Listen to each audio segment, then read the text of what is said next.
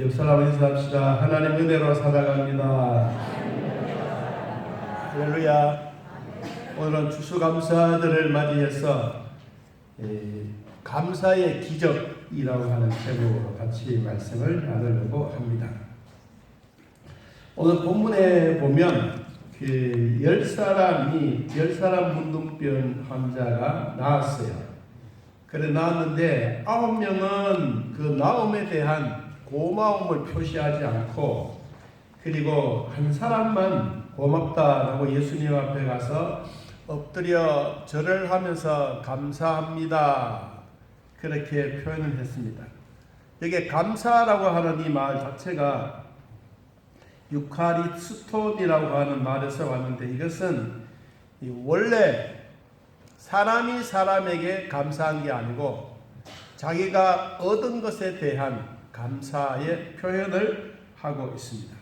이것은 하나님께서 베풀어 주심에 대한 은총의 감사, 그리고 성찬식 때 축복 기도할 때 이 감사 기도할 때도 이 오늘 나왔던 이 감사하다 유카리스톤이라고 하는 이 말을 사용해서 이야기를 하고 있습니다.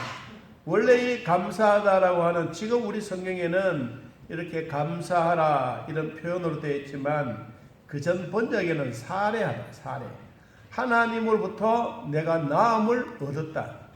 이 문둥병 자체가 고칠 수 없는 진짜 고질병인데 예수님으로 말미암아 고침을 받아서 그는 그 마음에 감동을 받아 예수님 앞에 가서 감사를 드렸더니, 주님이 너의 질병, 너의 몸만 문둥병에서 고쳐주신 것을 감사한 것이 아니라 이미 예수님의 말씀으로 육신의 병, 문둥병도 치료함을 받았고 덧붙여서 너의 영혼의 구원함까지 받음을 축복해 주고 있는 내용이 오늘 본문의 한 사람, 사마리아 한 사람에 대한 감사를 드리고 있는 것입니다. 이 10사람이 다 나았다라는 것은 처음에는 이 사마리아 이 사람도 몰랐어요.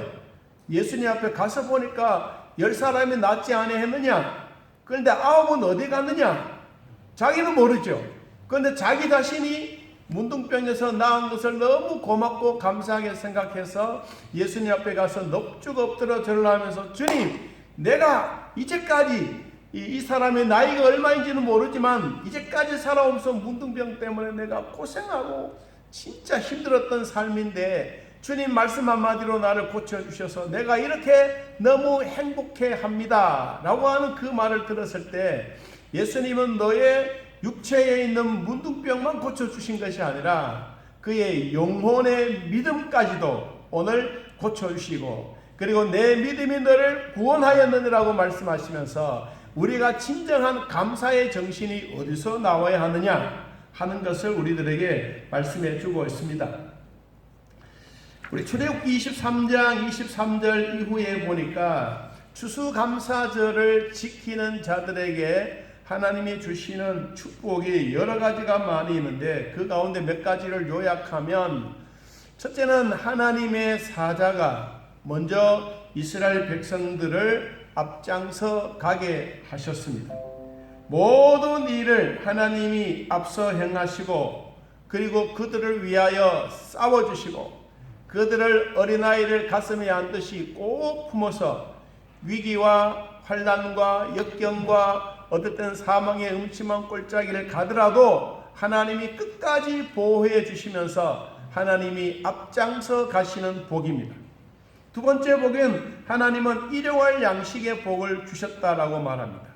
여러분, 우리도 하나님으로부터 받았던 이런 일용할 양식을 얻음으로써 우상을 타피하고 하나님의 사자를 섬기고, 그리고 하나님의 음성을 잘 청종할 때 하나님은 우리의 양식과 물에도 복을 주시고, 광야에서 만나를 주셨던 그 하나님이 이스라엘 백성들을 끝까지 지키고 보호해 주셨던 것처럼 오늘날 저와 여러분에게도 하나님의 사랑으로 날마다 일용할 양식이 풍성해지기를 축복합니다.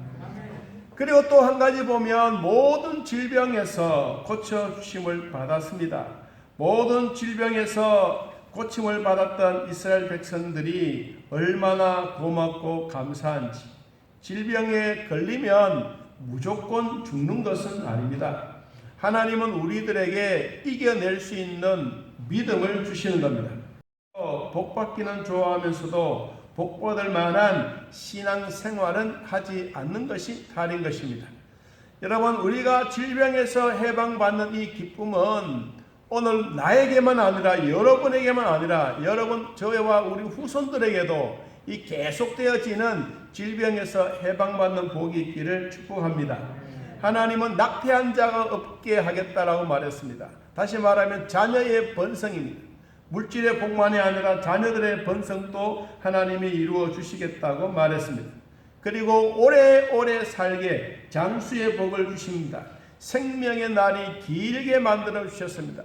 여러분, 우리가 아프지 않고 건강하게 모세처럼 눈이 쇠하지 않고 120년 동안 산다면 그게 얼마나 행복하지 않겠습니까? 여러분, 우리의 몸이 건강의 복, 여러분의 영혼이 잘 되고 범사가 잘 되고 강건의 복이 추수감사절을 지키는 우리 모두에게 임하기를 진심으로 축복합니다. 여러분도 가끔씩 뉴스를 보시겠죠. TV를 통해서. 저는 조선 TV를 9시 뉴스를 항상 보고 잡니다. 그날 이 앵커의 시선이라고 하는 제일 마지막 뉴스 제일 끝부분에 보면 앵커가 나와서 세상 돌아가는 삶에 대해서 정부와 오늘날 정치권에 대해서 한마디씩 하는 그 내용 가운데 일부분인데, 나태주라고 하는 시인이 감사 기도라고 하는 글을 인용을 했어요. 제가 그 인용을 보니까 내가 추운 사람이라면 나보다 더 추운 사람, 내가 가난한 사람이라면 나보다 더 가난한 사람을 생각하게 하여 주옵소서. 이 기도문을 그가 낭독을 하면서 그랬습니다. 오늘날 우리 모든 사람들은 살기는 잘 살지만 정신적으로는 비피함이 훨씬 더 심하다라고 말했습니다. 추운 사람이든 더운 사람이든 가난한 사람이든 부하는 사람이든 진심으로 감사하는 자에게는 예수님도 그냥 돌려보내지 아니하고 육체의 건강도 영혼의 잘되는 복도 주신 것처럼 오늘 예배드리는 우리 모두에게도 우리 육신의 건강도 주시고 여러분의 영혼도 건강한 귀한 복이 있기를 진심으로 축복합니다. 오늘 열문둥병자가 치유받는 그 시간이 언제냐 하면 예수님이 예루살렘으로 가셨다 그랬어요. 오늘 11절 말씀 보니까 예루살렘으로 가시는데 어디를 지나가느냐 하면 사마리아와 갈릴리 사이, 우리로 말하면 이 대구와 경산의 그 갈림길이 있는 그 경계선 쪽입니다. 경계선 쪽으로 예수님이 사마리아와 갈릴리 사이로 지나가시는데 거기에 어떤 사람들이 있었느냐 하니까 문둥병자들이 살았어요. 여러분, 지금도 보면 요사이는 뭐 그런 산속에 이런 문둥병자들이 한테 모여서 사는 데가 없습니다. 이미 다 고침을 받고 그랬기 때문에 옛날에는 이 문디촌이라 그러죠. 문디촌에 사는 사람들 때문에 참 무서움을 많이 가졌어요. 아마 여기도 예수님 당시에도 이 문둥이들만 사는 촌동네, 거기에 예수님이 그리로 지나가시다가 나병 환자 10명을 만났습니다. 나병 환자들을 만났는데 예수님이 뭐라고 말씀하셨느냐 하면, 예수를 만나니 이 사람들이 멀리 서서 선생님 우리를 불쌍히 여겨 주십시오 라고 이야기를 했습니다. 이 이야기를 했다고 하는 것은 본인들이 문둥병자가 있다는 것을 알고 예수님 앞에 고쳐달라고 하는 부르짖는 소리입니다. 예수님이 그들이 말하는 것을 들으시고 그들이 하는 행동을 보시고 이렇게 말했습니다. 가서 제사장들에게 너희 몸을 보이라. 그리고 너희들은 깨끗함을 받았느니라. 여러분, 이 말에 아주 중요성이 있습니다. 이 사람들이 제사장들에게 가는 동안에 자기의 몸에 보니까 문둥병이 사라져 버렸어요. 그러니까 얼마나 기분이 좋지 않겠습니까? 그런데 다른 사람들은 모르는데 한 사람만 유독히 이렇게 말합니다. 15절에 자기가 낳은 것을 보고 큰 소리로 하나님께 영광을 돌렸더라.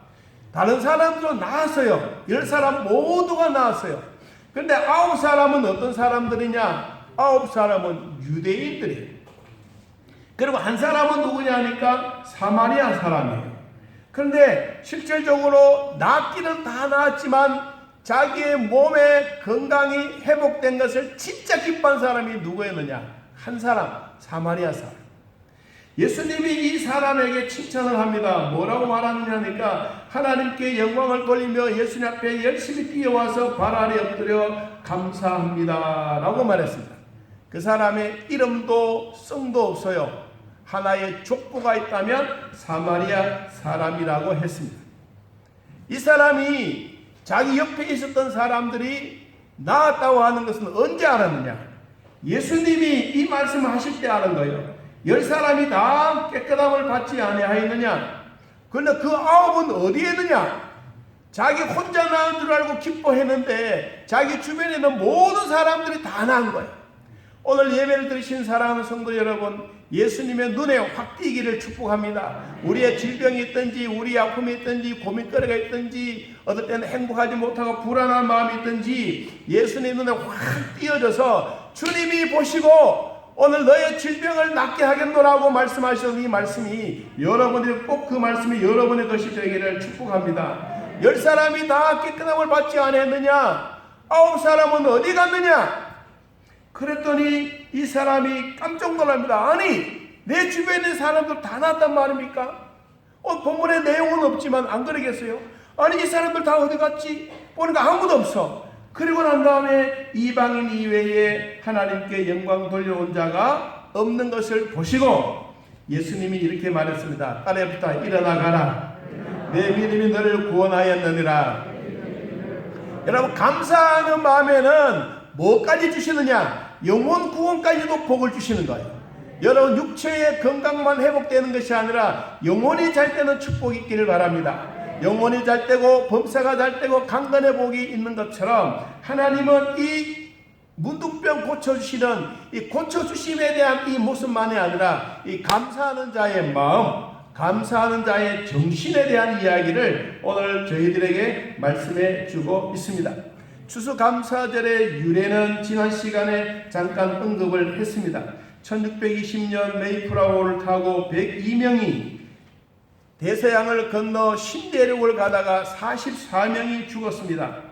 그리고 1621년 신대륙에서 첫 수확을 하면서 하나님 앞에 감사드렸던 그 날이 추수감사주일이었습니다. 이들이 하나님을 향했던 열정은 대단했습니다. 그리고 추수감사절을 지키면서 하나님께 영광도 돌릴 뿐만 아니라 이것은 성경에서 이미 추수감사절을 지키라고 하나님이 말씀하셨던 그 말씀에 대한 기쁨이 있었습니다. 지금 또 유대인들은 1200만 명이 각 나라로 흩어져 살지만 이런 절기 때가 되어지게 되면 똘똘 뭉칩니다. 우리로 말하면 한 절기를 지키기 위해서 먼 나라에서 있다가 자기의 고국으로 비행기를 타고 돌아갑니다. 여러분, 이들에게 주어진 감사의 절기는 너무도 귀하기 때문에 그렇습니다. 여러분, 우리나라의 민족은 참 한많은 민족이었습니다. 제가 이 김진호 목사님의 설교를 듣다가 마음에 감동을 받아서 이 내용을 여러분에게도 한번 같이 전하려고 합니다. 인류가 살고 있는 역사는 지금 또 이루어지고 있습니다. 종교는 한 3000가지가 되고 있습니다. 성경의 가장 으뜸이 되는 사상은 바로 역사의식입니다. 지난날의 역사를 모르면 미래가 닫혀진다는 역사가들의 말이 있습니다. 우리나라 1910년도 우리 결의가 한일 합방이 되었습니다. 일본이 한일 합방하면서 제일 먼저 했던 일이 토지 조사 사업이었습니다. 자기가 경영하는 토지를 정부에 등록하게 했던 것입니다. 그때 한국 백성들은 90%가 문명인이었습니다. 토지 등록을 하라고 하니 한국인들이 귀에서 아주 서투른 얘기가 들렸습니다. 토지 등록을 하면 일본 사람들이 다 빼앗아 갈 것이기 때문에 이것은 토지를 이렇게 등록해서는 안 된다라고 했던 사람들이 참 많았습니다. 그때부터 시작해서 1910년부터 1917년까지 7년 동안 일본 사람들은 우리나라의 토지를 정부에 등록하라고 했습니다.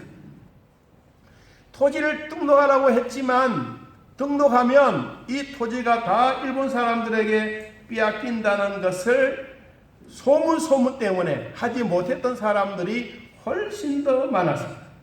여러분, 일본에 가난했던 사람들이 우리나라 백성들이 토지를 등록하지 않았던 이 토지가 많은 것을 보고 일본에 살기 어려운 가난한 수천 세대를 데리고 와서 토지를 공짜로 막 붙이게 했습니다. 그리고 농사를 짓게 했습니다. 한국의 백성들은 갑자기 자기 땅을 잃어버렸습니다.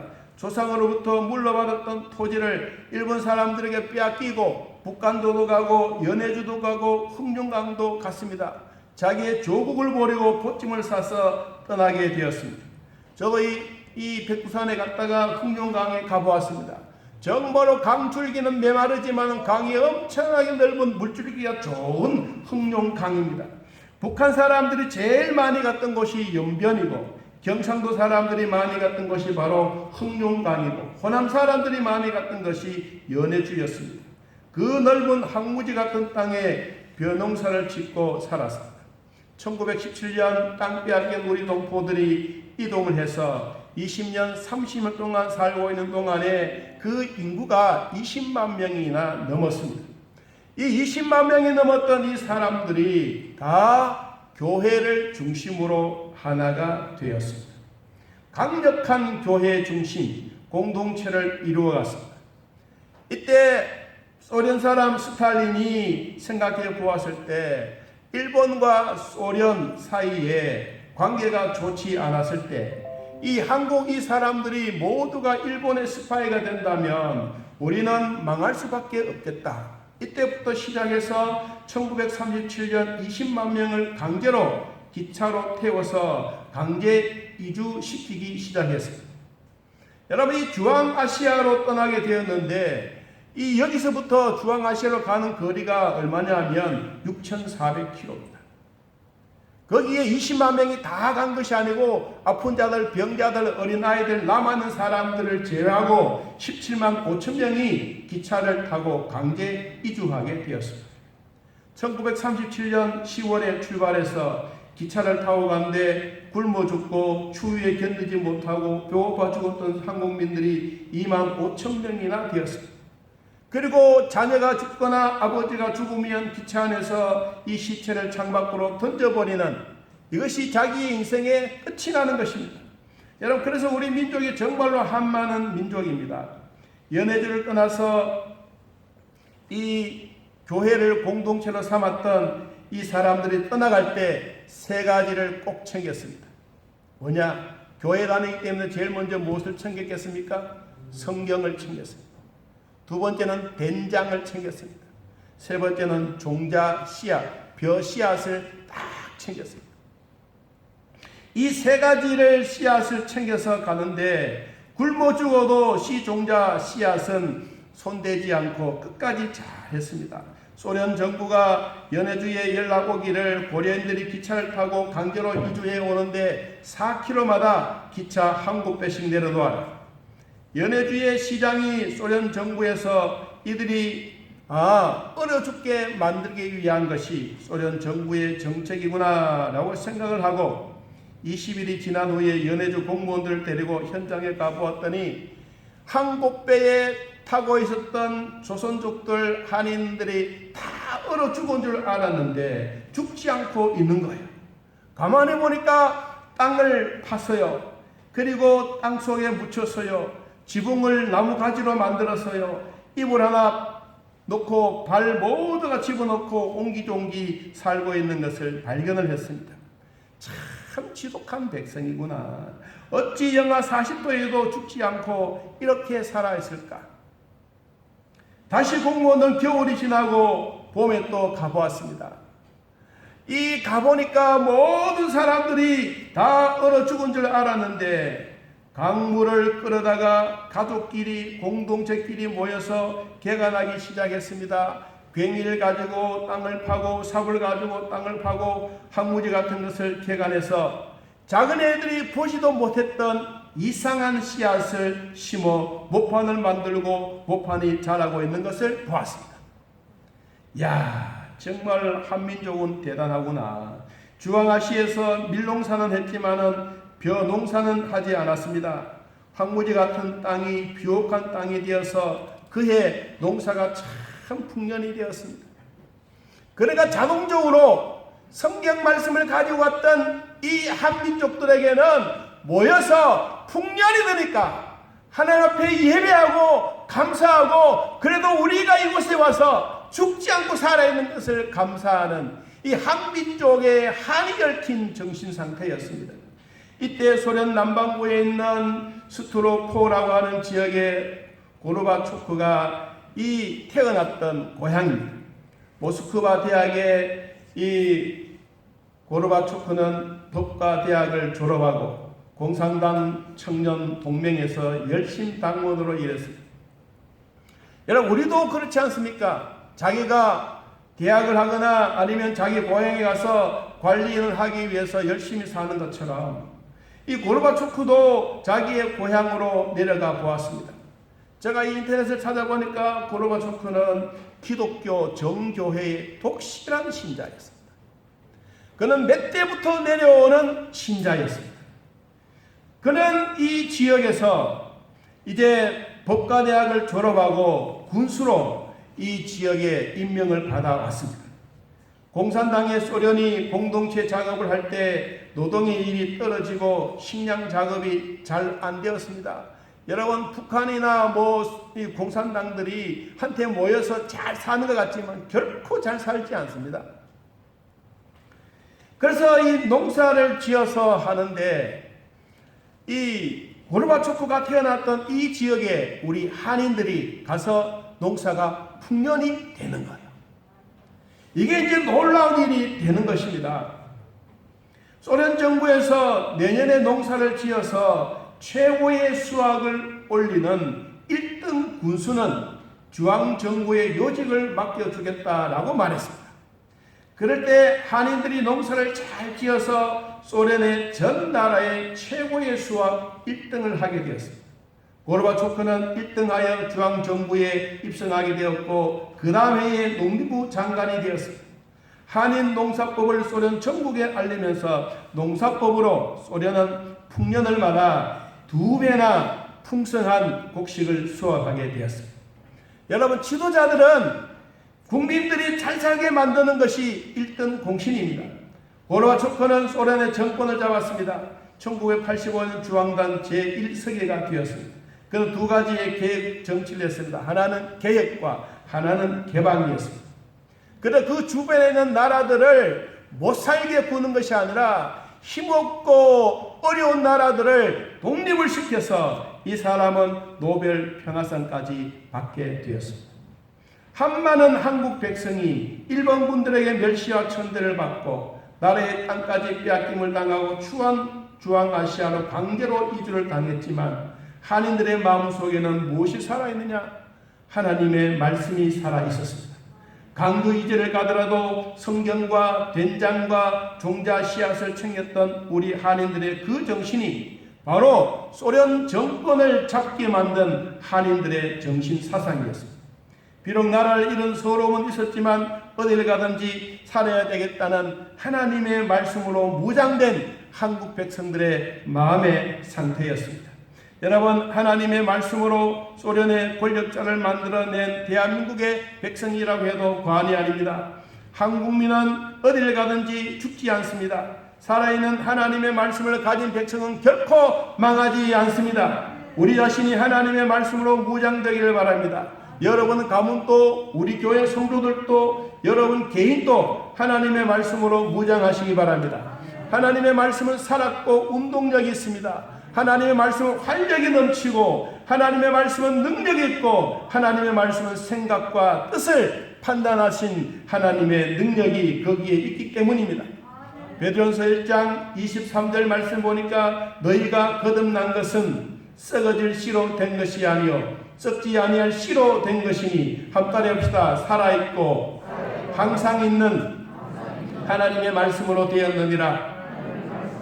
하나님의 말씀은 죽은 씨앗이 아닙니다. 썩어져 없어지는 씨앗이 아닙니다. 살아있는 생명의 씨앗입니다. 여러분들이 바로 이 생명의 씨앗을 여러분 가슴에 품고 있습니다. 추수감사절 절기만 지키고 아름답게 강단을 꾸면 이것이 추수감사가 아니라 하나님이 진정으로 나에게 주셨던 그 감사의 마음, 감사의 정신이 어디서 왔느냐? 우리는 성경 말씀에서 와야 하는 것입니다. 하나님의 말씀이 살았고 운동력이 있는 것처럼 활력이 넘치고 좌우의 날선 검을 가지고 예리하여 혼과 영과 및 갈수와 골수와 이 관자를 찔러 쪼개는 역사가 일어나게 되면 반드시 변화가 일어나게 되는 것입니다. 하나님의 말씀은 세세토록 우리 모두에게 전할 복음의 말씀입니다. 한국인의 끈질긴 개척 정신은 어디서 나왔습니까? 바로 성경에서 나왔습니다. 다 얼어 죽은 줄로 알았던 사람들이 살아있었습니다. 중앙아시아 고려인들이 사는 지역에는 아직도 그들의 배움의 자리에서 석권을 하고 있습니다. 소련이나 중앙아시아의 이 청년들이 대학에 가는 숫자는 이 한국인들, 고려인들보다는 훨씬 더 작았습니다. 지금 또 한국인들, 고려인들은 그 나라의 3배나 대학을 많이 가고 지식을 가지고 있는 한인이 되었습니다. 여러분, 우리가 가만히 생각해 보면 하나님이 주셨던 지혜와 끈질긴 정신으로 넘어져도 아주 엎드러지지 아니하고 오뚜기 같은 정신을 하나님이 우리에게 주셨습니다. 무엇으로 주셨습니까? 하나님의 말씀으로 주셨습니다. 여러분, 이 말씀이 저에게도 여러분에게도 차고 넘치기를 축복합니다. 10명의 문둥병자들이 고쳐달라고 소리칠 때는 모두가 한마음이었습니다. 우리를 좀 불쌍히 여겨주십시오. 우리는 이곳에 사는 것이 너무도 힘듭니다. 늘 외딴 곳에 외롭고 고독스럽습니다. 외칠 때는 모두가 10사람이 함께 외쳤지만 진심으로 감사하는 사람은 한 사람밖에 없었습니다. 천하고 하찮은 사마리아인만이 예수님께와 하나님께 영광을 돌리고 주님이 말했습니다. 9명은 어디 갔느냐라고 말하지 않습니까? 이방인 외에 하나님께 영광을 돌리러 돌아온 자가 없느냐 하시고 그에게 이르시되 일어나 가라. 내 믿음이 너를 구원하였느니라 하십니다. 여러분, 우리가 누구 앞에, 주님 앞에 누구든지 나아갈 수가 있습니다. 유대인도 사마리아인도 추한 자도 못난 자도 부한 자도 가난한 사람도 주님은 주님 앞에 찾아가는 자들을 따지지 않고 다 받아주십니다. 문둥병자도 주님 앞에 나아갈 때 주님은 받아주셨습니다. 누가복음 5장 32절에 이렇게 말했습니다. 내가 의인을 부르러 온 것이 아니요 죄인을 부르러 회개시키려고 왔노라고 말했습니다. 우리는 오늘 또 주님의 보좌 앞에 가까이 나아갈 수 있는 자격을 얻었습니다. 주의 보좌로 나아갈 때에 어떻게 나아가야 할까? 나를 구원한 주님 십자가 그것을 믿으며 가네. 주의 보좌에 나아갈 때에 나 연약한 것 부족하나 나를 부르신 주님 그 사랑 그것을 믿으며 가네.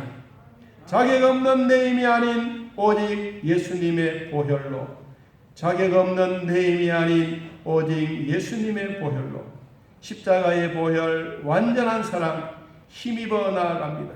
십자가의 보혈 완전한 사랑 힘입어 하나님께 예배합니다. 여러분, 우리가 예배할 때 힘을 다하여 함께 예배자가 되기를 축복합니다. 사마리아 문둥병자는 예수님께 나아갔습니다. 예수님이 불쌍히 여기는 마음으로 그를 육체도 고쳐주시고 영혼도 깨끗하게 고쳐주시고 천당의 자격증도 주신 것입니다. 영혼 구원은 예수 그리스도를 믿음으로 얻어지는 것입니다. 감사하는 자에게 예수님은 믿음이라고 가까이 모든 것까지 주셨습니다. 그러므로 청교도들의 신앙과 한많은 한인들의 정신 사상은 언제나 함께 했습니다. 그것은 바로 성경에서 나온 말씀이었습니다. 10명의 문둥병자 사마리아 한 사람의 감사도 성경에서 나왔습니다. 감사는 하나님을 만나게 하는 축복의 통로입니다. 오늘 우리는 감사하면서 예수 그리스도 앞에 나아가고 하나님을 만나고 하나님 만남으로 내 영혼이 잘되고 범사가 잘되고 강건의 복 얻는 귀한 성도들 되시기를 예수님의 이름으로 축복합니다. 이제는 우리 주 예수 그리스도의 은혜와 살아계신 하나님의 사랑과 성령의 교통하심이 하나님을 만나고 돌아가는 온 성도들 머리 위에 지금부터 영원토록 함께 있을지어다. 아멘.